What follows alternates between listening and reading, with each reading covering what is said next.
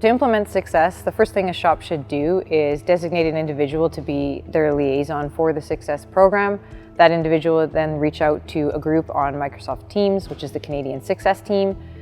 So before the first step of success, a champion needs to be selected from the shop. They learn the success program, they train everybody below them on the success program, and act as a captain for the program, steering it through the shop. As a champion, I received the resources from the National Success Committee, and I studied them and got familiar with the program. And then I took a look around our shop and kind of started to brainstorm and envisioned what the shop would be under the success program and how we can start to implement it. You'll start off with a package. It's a pretty thick binder of information of what the successes look like and what are some kind of suggestions associated with that, as well as a checklist. From there, depending upon the size of your facility, you would develop kind of a steering team or a group of individuals that have the initiative on the shop floor to make those changes.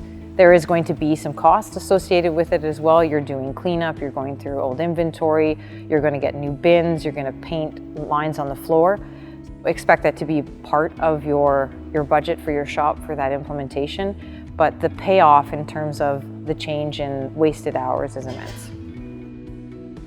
There are a couple different inspections involved with the success program. One of the ones that we do as kind of a help or how-to service is a pre-inspection. So we can come and do a pre-inspection prior to you starting the program, just to give some suggestions as to what a bronze implementation would look like. We can give you pre-inspections if you're going from bronze to silver, saying here are some suggestions to make the silver successful.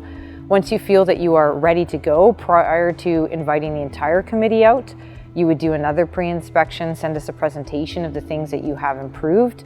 We would give suggestions from there, do the pre-inspection to make sure that once we call the whole committee out, all parties coming from across Canada, that we have absolutely everything in place to be able to give you a thumbs up by the end of your inspection. A personal tip from me would be to start small.